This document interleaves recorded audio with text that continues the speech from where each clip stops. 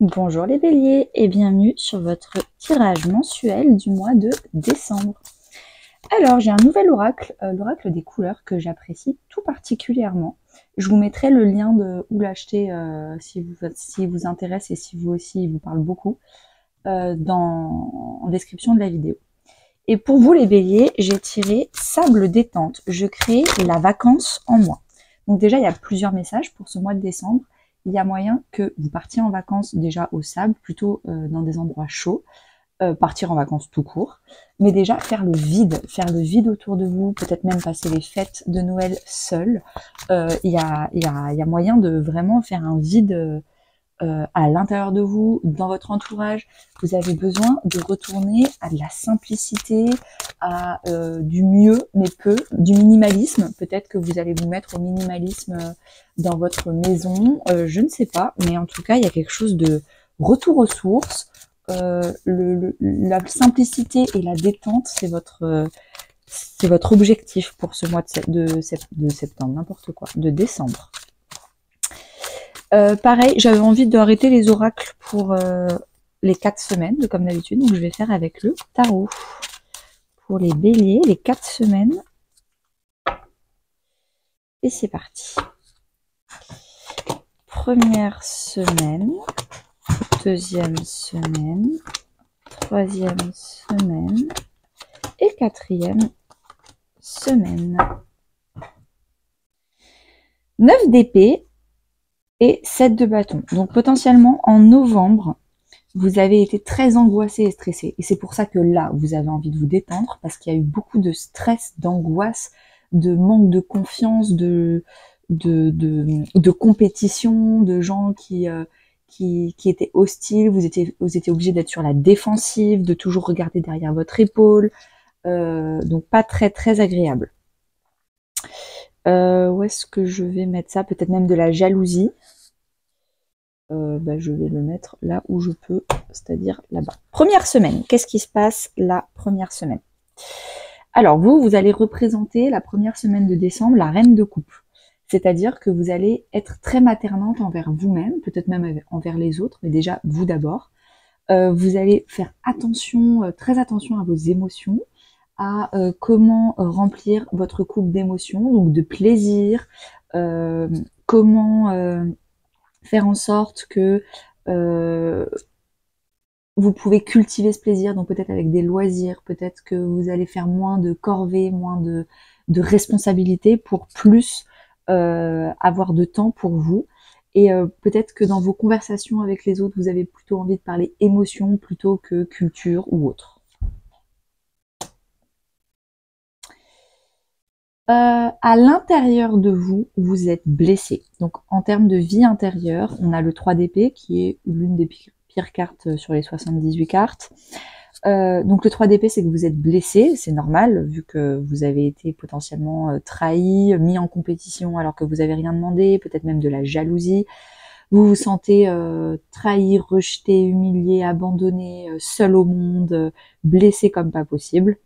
Et vous avez envie de guérir. Et là, vous êtes en guérison de vos blessures. Vous êtes plus dans la phase de blessure, j'ai l'impression. Ou alors c'était vraiment récent, mais de la semaine dernière. Vraiment là, vous êtes en train d'analyser vos blessures et de vouloir vous en sortir. Et vous en sortir par vous-même. Arrêtez de vouloir que les autres vous sauvent, mais vous-même devenir votre propre sauveur. En termes de vie professionnelle, vous avez la mort qui est la carte de la renaissance, la transformation. Donc vous arrêtez de faire certaines tâches, certains même métiers qui en fait vous demandent beaucoup trop d'efforts pour trop peu de résultats. Et vous vous concentrez sur les choses où ça vous fait autant plaisir qu'il y a du résultat, il n'y a pas beaucoup d'impact dans votre santé, mais en même temps, il y a beaucoup d'impact dans la vie financière et dans la vie affective. Donc, quand je parle de vie affective dans la vie professionnelle, c'est vraiment est-ce que ce métier vous épanouit ou pas. Et du coup, avec la mort, on a vraiment l'envie de faire renaître quelque chose, arrêter les choses qui ne fonctionnent pas, on résistait, on voulait absolument se forcer à faire des choses parce qu'on voulait aller au bout, parce qu'on voulait pas abandonner, parce que si on abandonne, ça veut dire qu'on est des lâches, ça veut dire qu'on peut pas, on n'est pas fiable, etc. Et en fait, non, vous avez compris que parfois, il fallait lâcher prise, il fallait arrêter. Quand ça marche pas, ça marche pas. Donc, vous arrêtez et vous remettez votre énergie dans des choses qui fonctionnent mieux. Donc, il y a une renaissance dans votre vie professionnelle. Dans votre vie affective, donc famille, amis, couple, vous avez le diable. Donc, il y a un problème de soumission. C'est peut-être ça d'ailleurs, je pense, qui vous affecte dans votre vie intérieure. Je pense que c'est dans votre relationnel. Il y a des gens où c'est forcément des relations dominant-dominé. Il y a des gens qui vous manipulent, que ce soit par la culpabilité, par le fait d'être toute doux, tout gentil, toute douce, toute gentille, mais en fait par derrière c'est clairement de la manipulation, de la soumission. Et je pense que là vous voyez votre diable dans votre vie. Vous prenez conscience de qu'est-ce qui vous blesse au quotidien, qui est-ce qui essaye de vous manipuler au quotidien et qui est un diable pour vous, qui vous soumet. Et il va falloir reprendre son pouvoir personnel. Ça ne veut pas dire qu'il faut se venger et manipuler et culpabiliser la personne qui vous a fait ça. C'est pas ça le but. Hein. Jamais je vous demanderai de faire un truc pareil. Moi, je vous propose vraiment juste de vous éloigner de cette personne. Même si c'est un membre de la famille, ça peut être très dur, mais de vous éloigner de cette personne et de reprendre votre pouvoir personnel et d'essayer d'analyser votre passé pour en tirer des leçons et ne pas que ça se reproduise dans le futur. Mais je pense que si c'est aussi clair pour cette première semaine, c'est que vous le voyez en face. Là, j'ai l'impression que je vous apprends pas quelque chose. C'est quelque chose que vous êtes en train de traiter, mais que vous savez déjà. Et que là, vous êtes en train de traiter le diable dans votre vie.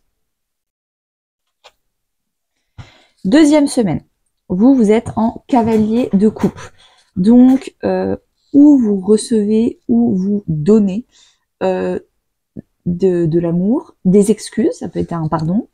En tout cas, on reste, après la reine de coupe, on reste dans le cavalier. Ah oui, petite chose, si vous êtes en reine de coupe, ça c'est ce qui vous représente pour la première semaine, c'est évident que si vous êtes en pleine de compassion envers vous et envers la personne tellement blessée qu'elle vous fait du mal, vous êtes en guérison, vous maternez, vous voyez vos blessures, vous voyez les personnes manipulantes autour de vous, vous voyez tout ça, mais vous restez émotionnellement stable dans la compassion envers vous-même, envers les autres. Vous n'êtes pas là à essayer de juger ou sauver les autres, c'est vous d'abord. Je reviens au cavalier de coupe. Donc là, vous êtes plutôt en échange d'amour ou de pardon avec les autres. Donc peut-être que vous voyez des gens et ça vous fait du bien avec beaucoup d'affectif. Peut-être que la personne qui était là et qui a joué un diable dans votre vie s'excuse. C'est possible également. Dans votre vie intérieure, vous êtes en position défensive. Vous avez le 4 de Pentacle, c'est-à-dire que vous avez du temps et de la confiance pour vous. Les pentacles, c'est les choses qui sont importantes pour vous. Donc si c'est de l'argent, c'est de l'argent. Moi, par exemple, c'est le temps. Pour moi, le temps, c'est quelque chose de primordial dans ma vie et je le représente et je l'associe énormément au 4 de Pentacle. Je sais que The Cosmic Joker, elle l'associe au livre parce que pour elle, la lecture et la connaissance est très importante. Donc prenez ce qui vous parle, mais en tout cas, vous êtes en position défensive. Vous gardez secret votre jardin secret. Vous n'avez pas envie de prêter, de donner, vous restez vraiment dans votre zone de confort avec des bases solides pour vous-même. Donc, ce qui est solide et ce qui fonctionne d'habitude dans votre vie, vous le gardez pour garder une stabilité intérieure pour vous-même.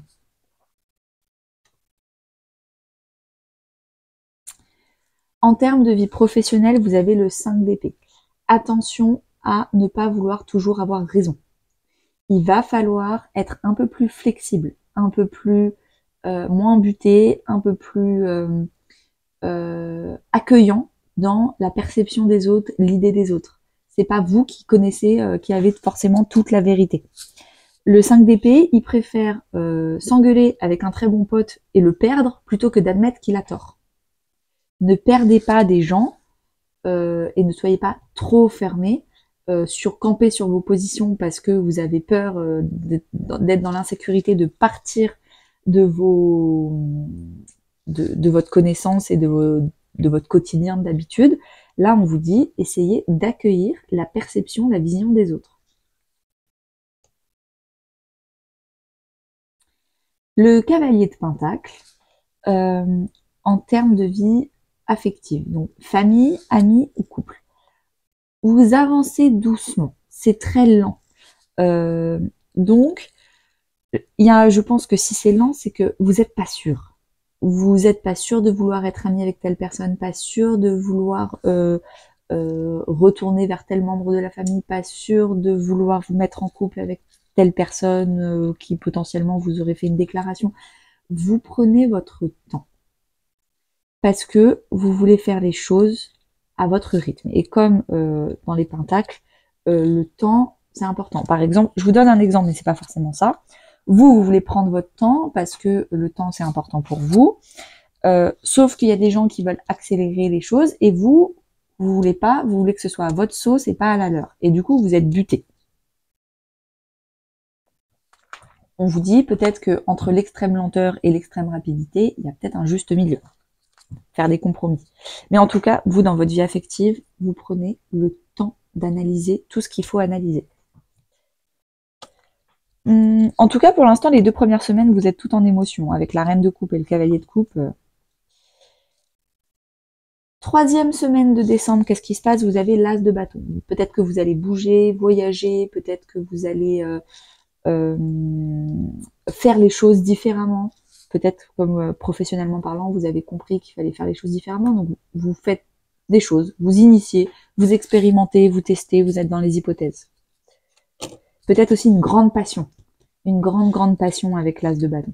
Ça peut être une passion envers quelqu'un. Donc là, on peut plutôt parler de sexualité. Mais ça peut aussi être une passion envers un projet, ou envers une amitié, ou envers un pays, un voyage. Il y a quelque chose de passionnant, de créatif aussi dans votre vie. Et ça peut être les deux d'ailleurs. Dans votre vie intérieure, avec le 7 de coupe, vous êtes en méditation. Vous avez plein d'options dans votre vie. 7 peut-être même, 7 propositions, 7 options, 7 choses. Et vous devez choisir, mais vous voulez pas choisir de façon précipitée. Vous méditez, vous sous-pesez toutes les possibilités, toutes les options pour vérifier quelles sont les mieux pour vous. En termes de vie professionnelle, vous avez le hiérophante, donc le pape. Vous vous engagez clairement envers quelque chose. Peut-être que vous commencez une formation ou vous commencez à devenir formateur, donc enseignant dans un domaine. Vous passez à un stade de passion, d'implication, d'engagement. Vous vous engagez vraiment dans quelque chose qui vous plaît. C'est peut-être ça d'ailleurs le nouveau départ. Vous vous engagez dans un nouveau domaine. Dans votre vie sentimentale, vous avez les amoureux. Donc là, clairement, comme on avait l'as de bâton avant, peut-être qu'il y a une grande passion amoureuse et sentimentale la 3e semaine de décembre. Également, les amoureux, ça peut aussi faire partie d'un choix. Donc, comme on parle de la vie affective, famille, amis ou couple, peut-être qu'il y a un choix à faire. Il y a un choix à faire entre 2 personnes, un choix à faire entre certains amis, certains membres de la famille. Il y a un choix à faire basé sur le cœur et pas basé sur le mental ou l'insécurité. Quelles sont les personnes qui réellement vous rendent heureuse autour de vous? 4e et dernière semaine de décembre, on a le 2 d'épée. Vous êtes indécis et en même temps, au fond de vous-même, vous connaissez déjà la réponse, c'est juste que c'est dur de l'acter.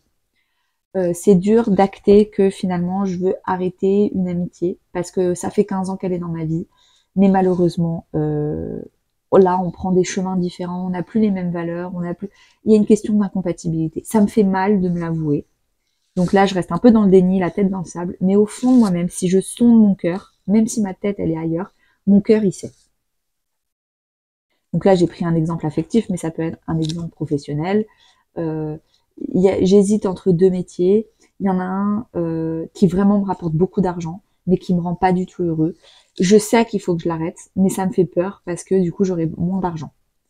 Mais en même temps, mon cœur il sait que c'est l'autre métier qui me rapporte beaucoup moins d'argent, qui va me rendre heureux, et qu'il faut que j'arrête de tergiverser parce que j'ai pas le temps de faire les deux.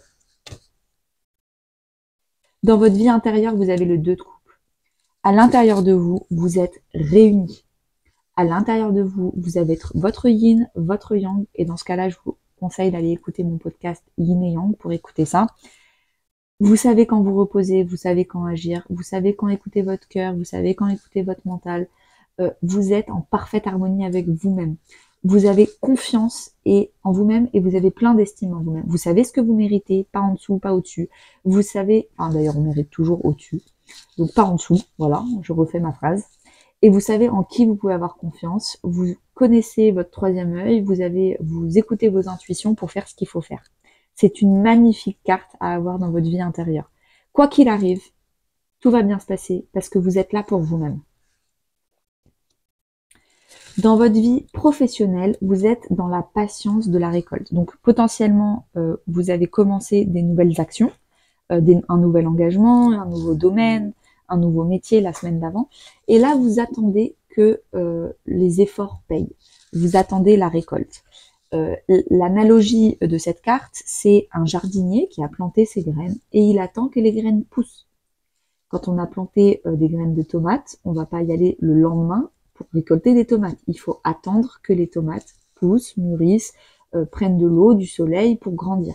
Et ben c'est ça. Le jardinier, il continue à arroser, à faire en sorte que le soleil arrive et donc il coupe les buissons autour pour pas qu'il y ait trop d'ombre. Il cultive, il jardine autour pour que dans quelques semaines, ça paye. Relationnellement parlant, on a la tour. Donc la tour, je pense que je vais en rajouter une sur celle-ci pour vérifier si c'est positif ou négatif. Mais la tour, normalement, alors si c'est positif, c'est un coup de foudre sentimental. Mais bon, vous aviez déjà des très belles cartes avant, donc peut-être un vrai coup de foudre magnifique. Un coup de foudre amical, mais ça peut aussi être, donc vraiment, vous découvrez des amis incroyables, vraiment vous avez envie de tout le temps être avec eux, vous avez trouvé des gens avec qui c'est une évidence dans votre groupe d'amis. Mais ça peut aussi être une tour pas forcément agréable. Moi j'appelle ça des cadeaux de la vie déguisés. En fait, la vie fait qu'il va y avoir des grosses ruptures, des grosses disputes avec des gens qui n'ont plus rien à foutre dans votre vie. Sauf que comme vous étiez en 2 d'épée et que vous ne vouliez pas les enlever de votre vie, la vie fait qu'ils vont partir en fait. C'est des gens qui ne sont pas sur la même longueur d'onde que vous, les mêmes valeurs, qui sont potentiellement blessés alors que vous avez fait des étapes de guérison et vous n'êtes pas là pour les sauver, mais que vous restiez pour potentiellement dans l'espoir qu'un jour ils s'évoluent avec vous. Non. On va voir si c'est la version positive ou négative. Négative. Donc, c'est des gens qui vous ont trahi. Avec le 7 d'épée, on est sur la blessure de trahison. C'est des gens qui vous ont trahi, c'est des gens qui ont fait des choses dans votre dos, des gens qui ont pas confiance en eux, donc pas confiance en vous, donc qui manipulent, qui parlent derrière le dos, qui font du sarcasme, qui font, comment on dit, il y a un verbe déjà quand on parle derrière le dos des autres, qu'on fait des gossips, non ça c'est en anglais, bref, vous avez compris le principe. Donc voilà, donc je pense que vous allez tomber de haut en vous rendant compte qu'il y a des gens dans votre famille, dans vos amis ou dans potentiellement pas dans votre couple, enfin j'espère pas parce que je pense que la semaine d'avant tout se passait bien, mais en tout cas des gens, va falloir les virer parce que c'est fini en fait, c'est des gens qui ne sont pas à votre hauteur. Ok, et ben vraiment, restez bien, relaxez-vous, restez loin du stress, ça va vraiment être le conseil le plus important pour vous. Les gens qui vous stressent ou qui vous manipulent, va falloir en partir. Et puis très très bon mois de décembre à vous et très bonne fête à tous. Au revoir.